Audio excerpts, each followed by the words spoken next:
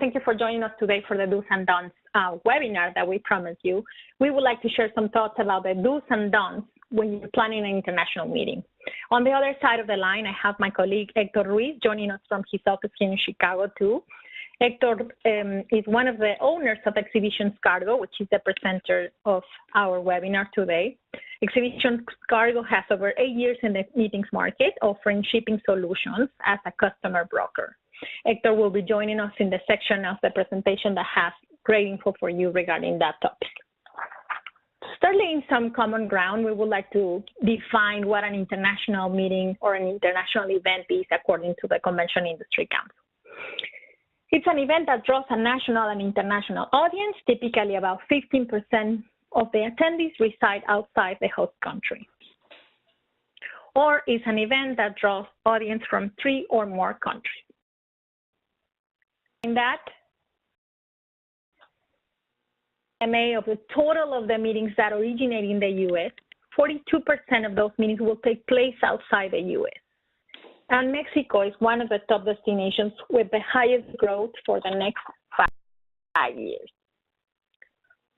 Talk about international meetings. It's not uncommon to go and start talking about myths and generalizations and beliefs that are not necessarily reflect the reality. These are some of the things that we wanted to bring to your attention. People don't speak English outside the U.S. Planning an international meeting is complicated. It's impossible to find the right suppliers for a meeting outside the U.S. Most Americans don't want to travel outside the U.S. It's difficult to get a passport, and international meetings are expensive. We saw in the past slide, 42% of the meetings that originate in the U.S. actually go outside, so it cannot be that hard. There's certainly an interest for Americans to see the world. Getting a passport is not that difficult, and international meetings are not necessarily more expensive. Regarding that point, for example, in the U.S., I was reading some statistics that the corporate rate has been growing steady 5% year after year. And as you know, 40% of the hotel occupancy is done by meetings. So once the hotel has established a good rate base, the availability for the group, and of course the rates for the groups are supposed to be higher. So actually going international could be a very smart idea when you're finding higher rates in the U.S. The elements to consider when you're starting to plan international meetings is definitely the cultural differences. Culture is what defines what a collective, how they see the world, how they approach everything, how they do, how they live. So don't assume everybody in other countries do things exactly the same than in the U.S. And also don't assume that the way that it's done here is the only way and the best way. Embrace those cultural differences. The other key aspect is planning a schedule and consider your time zones. You have to put together a calendar for all the activities that had to happen before you're putting together this meeting, right? But if you're dealing with different time zones, let's say you're planning a meeting in Europe or in Asia, you have to consider that the turnaround of the information that you're dealing with your suppliers is going to take longer than if you were, communicating with somebody within the U.S. If you're sending an email to Europe, it's going to take a good day for you to get an answer. So consider the time zones when you're doing your planning schedule, because you're not going to move as fast as if you're doing locally. So that's important to keep in mind. And of course, another key element is the international travel will be involved. So other elements play into consideration. Regardless, the basics for your meeting, for designing your meeting, those never change. It's all about the goals and objectives, and keep in mind who is your audience. The first question should be, why are you going international? I mean, going outside must be aligned with the meeting and the organization goals. For example, let's say you want to grow your membership outside the U.S., or you want to gain attendees that usually won't travel to the U.S. Those will be good reasons to go international. But that always, you have to ask yourself why. On the do's, the first thing you have to do is learn about the destination.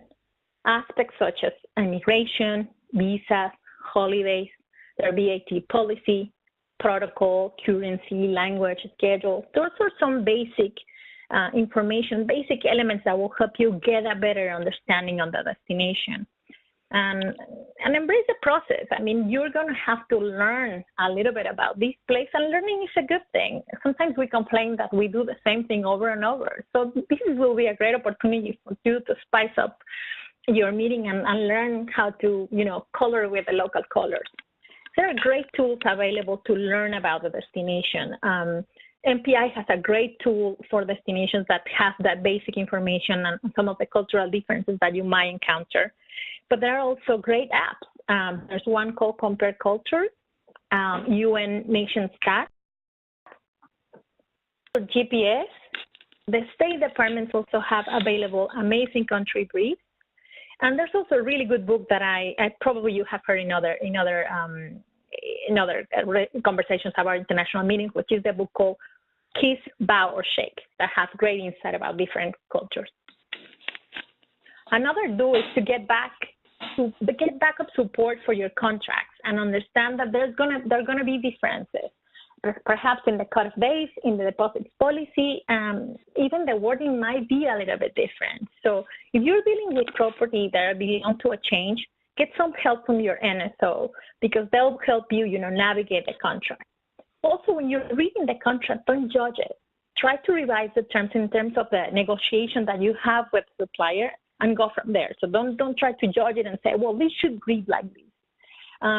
Also consider if it's going to be necessary for you to open an account in the country and what currency will you be using for, registration payments or booths, payments or support sponsorships. That depends, of course, if your meeting requires that. But get some backup with, finance department, your legal department to review those aspects. You don't dealing with those alone. Another do is that you have to define the meeting language. You have to define what language is going to be used during the days of the event, and of course, if translation is going to be needed or it's going to be offered. But also, you have to consider what language is going to be used in all the marketing materials, such as the website, the flyers, the posters. Some meetings have publications as a result of the meeting, so also consider what language are you going to be used for those. If needed, hire professional services. You don't have to be an expert in linguistics, but you want to make sure that you know what you're talking about and that you're being understood. Recommend is secure a destination management company. You don't have to become a complete local expert. There will be your local expert. They will deal with the holidays, the local events happening when your meeting is taking place at the destination. They will help you also find suppliers outside the hotel, tell you what are the activities and the local attractions. They will give you great ideas about gifts and also give you some protocol advice. They will also help you navigate the schedule for the off-site activities. When's a good time to take this tour? Perhaps go an hour later or will save you some time in the traffic. Those subtleties can only come from the expertise of a local, and that's what a DMC can give you. As a tip, I would recommend that you partner with a DMC that has a strong regional presence. So that way, in the future, you decide to go back to that region, that you already have a relationship of somebody that is working in that area. Another do is to consider your audience and review the meeting program and all the schedules. Take in consideration, if you're having locals attending your meeting, take in consideration the travel times, the weather, the traffic. Those elements can add to, having a more successful opening ceremony. So consider those elements if you're having locals attending. Another key thing about your audience is to brief the speakers with a little bit of basic on the country protocol and steer them from making jokes. In the US, it's very common that speakers will use a lot of jokes during their presentation, and that's great, but sometimes don't translate very well in other languages. So it might be a good idea that they, steer the speakers from making jokes. Review the content and the form of your meeting. After all, you are the curator. You want to make sure that it translates well for your attendees and for their culture. Aspects, of course, the food and beverage. You must adapt your functions to local times and to your audience days. So yes, choose international menus that will please everyone, but also highlight the local cuisine. People want to go places and learn things that are local. Key elements to consider is plated or buffet options are better, what time are going to be for the meals according to your audience. Some examples are very clear. For example, when you consider breakfast, when you say breakfast in Europe, it's tea and sweet rolls. When you say breakfast in a Latin country, people expect like a more healthy, food. They expect eggs, they expect fruit, they expect juice. For example, here in the U.S. also, it's very common to be very practical about, eating in the luncheon. So then you may offer lunch boxes, or buffet. Latin America and in Europe, that is not very common. People expect to be seated and have a meal and take the time to enjoy the meal. Another common practice here in the U.S. is for cocktails, for receptions. It's common to use those tickets that, people get their tickets and then they walk to the bar and get their drinks. That is not customary in other countries. In Latin America, that will make your event look very, very cheap because it's just not how they do it. So keep in mind that, you want to have it, adapt your functions to the audience. And once you did all that homework, you learn a little bit about this, and you gain some insights about what's there. Use that info to help your attendees to prep. Practical info such as currency, bank hours, even a couple of phrases in the local language will help them navigate. Tell them what is the customary tipping, for example. Those elements will help them feel more comfortable before their trip, and also they will then have a better experience once they are at the destination. And to help them understand the culture, I will ask this question: let's say you're going to the Dominican Republic, what makes Dominicans happy? Maybe they're focused on family. So if you tell that to your attendees, they will appreciate that element and maybe carry it in the back of their head. In the U.S., perhaps we're more focused on success or personal growth. And maybe Mexico is all about, friends and connections. So those elements you can put a little page for your attendees and give them some practical info, but also some details about the culture. And it's going to help them have a better time and be more ready to embrace their experience at a different country. Key element, of course, is to secure a custom broker. Get an expert to do the job. It's very important that you define what you really need to bring into the destination, that you cannot have it done there or you cannot purchase locally. So bring whatever is strictly necessary. And of course, have an expert take care of that. And to leave this section to an expert, of course, I will introduce Hector Ruiz, so he can take over and tell you a little bit more about the details on shipping, and that are super important because those can make or break your meeting. Hector? Thank you, Teresa, and thank you all for attending this important meeting. We are going to review some basic information about customs when you are organizing an event outside of your home country, outside of United States of America. Well, we are giving an option that is secure a customs broker. But maybe you may ask yourself, what about other options like a courier, or maybe a freight forwarding company, or maybe a 3PL? Why a customs broker? Well, a customs broker is the expert on international trade, national shipping. This company is licensed for the clearing of goods through customs, so they know what if you will have any problem at customs, if there are any import restriction, if you need to comply with government regulations. This firm, a customs broker, is the expert. So that's why you must get closer to a customs broker. A customs broker is also the person who will pay your import taxes at destination, who will do electronic submissions. This person covers a broad range of knowledge in customs law, in customs classification, in any import or export regulation, import or export documents. So a customs broker is the expert. But I gave you another option. What about a courier? Well, I see this this point in another slide, but for the moment, I just gonna tell you that a courier, they are restricted all over the world. A courier of clearance is highly restricted. You must remember this point. I'm gonna see this point later in another slide.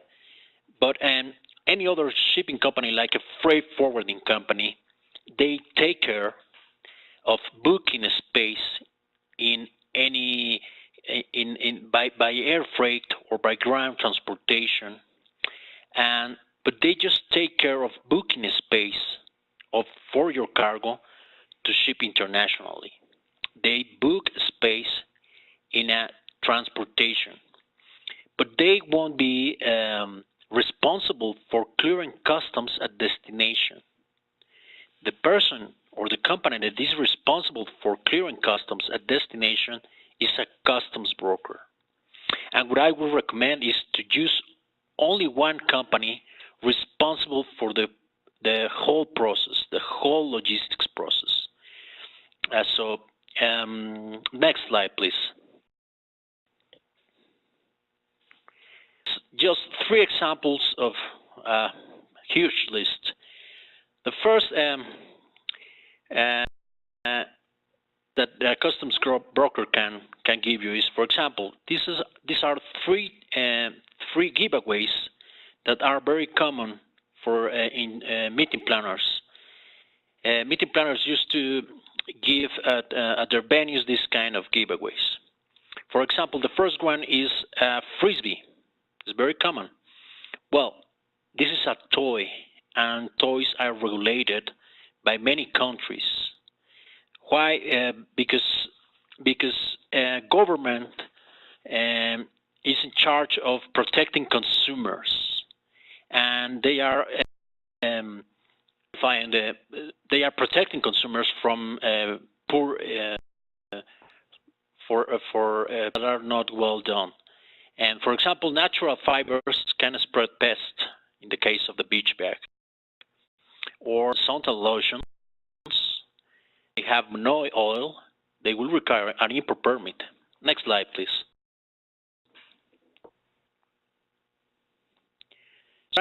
What I try to say in this slide is that in the left side, you will find very government agencies located in the USA. They are very well known. This is the Food and Drug Administration, the Department of Agriculture, and the Environmental Protection Agency. Well, but you will find, if you are having an event in Thailand, you will find the same agency, the same government agency that will protect consumers.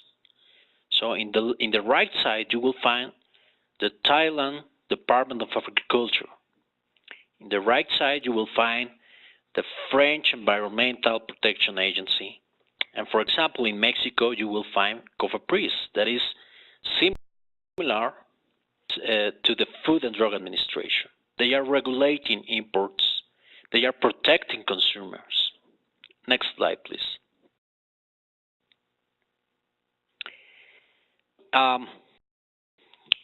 The third tip is don't take shortcuts. As I said before, couriers can look like an easy option. These are companies that are all over around the world, in more than 50 countries maybe, but you must be careful about this option, because couriers are restricted to clear customs. The first point here is that the quantity or volume of your shipment can be considered as a shipment to be marketed or distributed within the country. So this is the first point to consider. The bigger your shipment, the greater the value and quantity of goods, the higher the possibility that your shipment will get stuck at customs if you use a courier. Say in a different way, the greater the value, the greater the quantity of goods, you will need a an import license or a company that is properly registered at the country destination with a proper tax ID or business identification number to clear customs. Other points are that couriers do not process any import permit. They are enforced to pay taxes on any gifts sent from abroad, and those are some of the disadvantages of using these couriers. When can you use a courier? I would suggest to use a courier if you are shipping only printed materials, not office supplies, but printed materials like brochures. That is something that you can freely use a courier to ship this kind of brochures or printed materials or display materials. Okay, and next slide, please.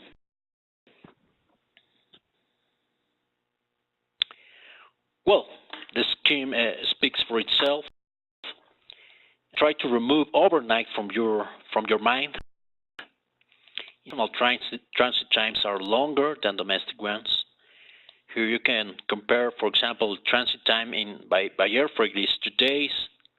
Delays are not uncommon, but you must consider that you will need to clear customs. And it depends on the country, but it can take from 2 to 4 business days. 4 business days. And then you must take in consideration about the hours or maybe days to get to your venue. It's common to happen, for example, in some Caribbean islands, some islands in the Pacific Sea, or for example in Mexico, Puerto Vallarta. These are destinations that your venue can be far from the customs facilities. Maybe they have an airport. Customs facilities is in another logistics hub. So that's why you have to be careful about the transit time from the customs facilities to your venue.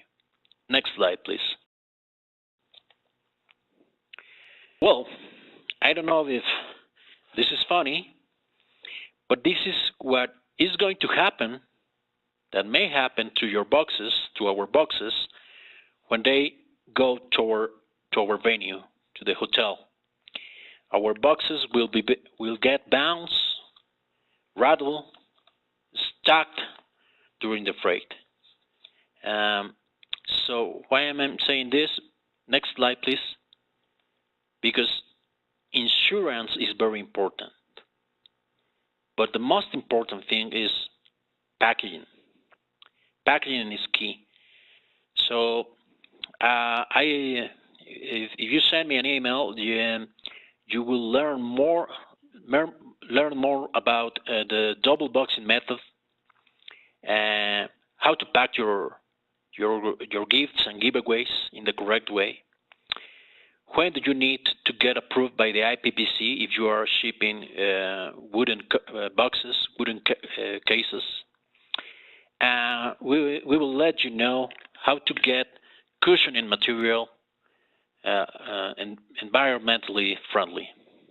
Next slide, please.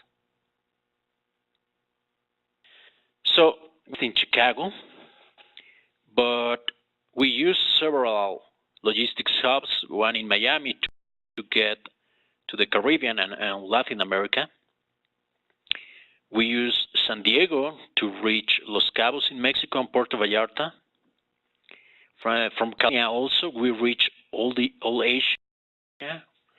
Shipments to Singapore, to all Asia. And from Chicago, and sometimes New York, we can reach Europe.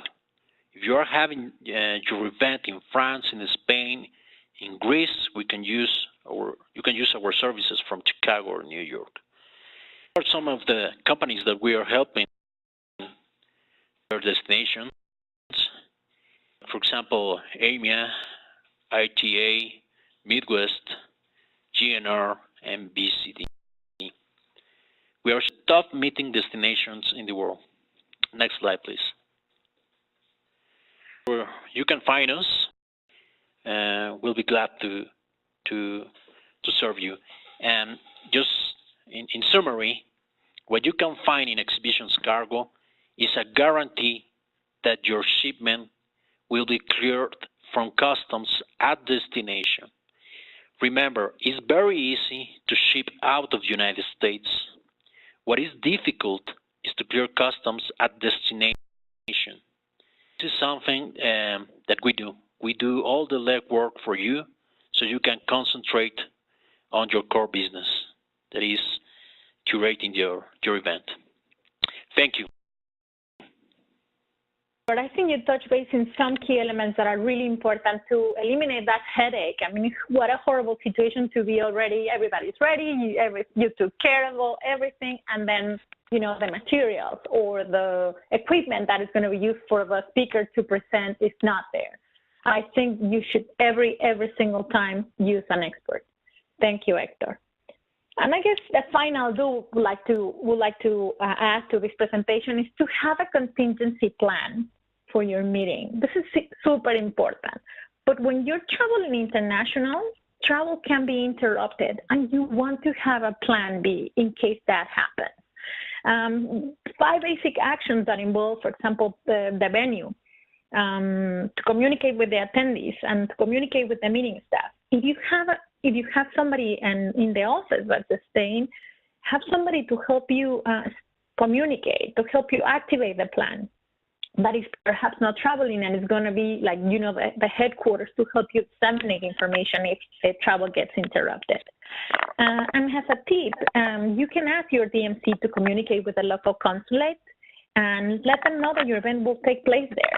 Local consulates welcome that information, and it's always good because if anything happens, you have their backup. So national meeting, don't fight the differences. It's going to be a different route, but embrace those differences.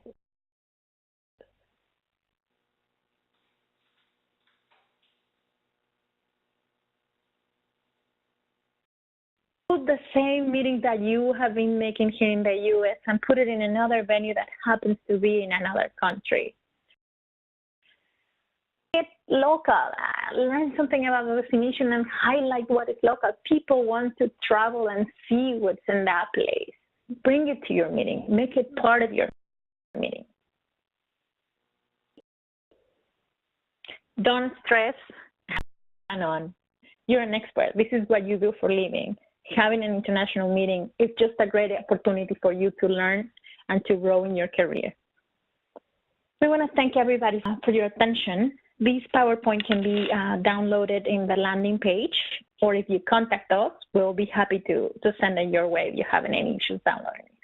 We thank you so much for your time. Hector, thank you so much. Thank you, Teresa. We appreciate everybody taking the time to join us today. Thank you. Bye-bye.